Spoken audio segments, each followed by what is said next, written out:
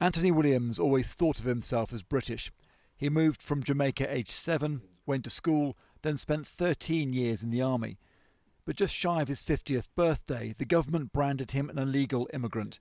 He lost his job, the right to claim benefits or use the NHS. It took 5 years to sort out, after which came an offer of compensation. It was £18,500 for 5 years of hell. Oh, how did you feel about that? I sat down and cried. I'm not going to lie to you, I sat down and cried. It hurt.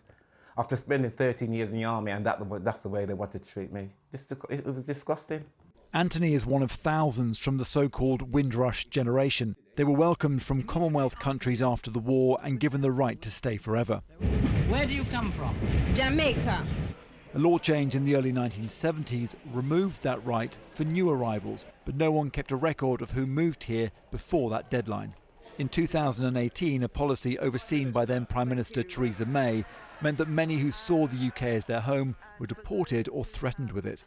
She was forced to explain herself to Commonwealth leaders. I want to apologise to you today.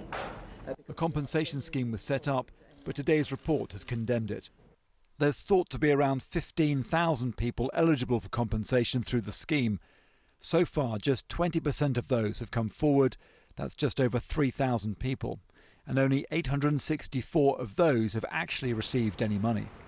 We think that this would be better run independently, but also whoever runs it. There are some important reforms that can be made, including speeding up payments, including simplifying the system, and including making it much swifter to give people the justice they deserve. In a statement, the Home Office said it had overhauled the scheme in December and was committed to making further improvements. It's a position not recognised by many claimants. 4 years on, we're still getting claimants, phoning up and crying. We're still seeing people being asked to collate evidence that they don't have. There's still an inordinate amount of delays. There's still letters full of ridiculous information, ridiculous requests.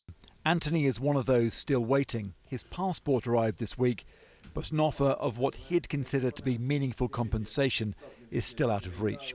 Toby Sadler, 5 News.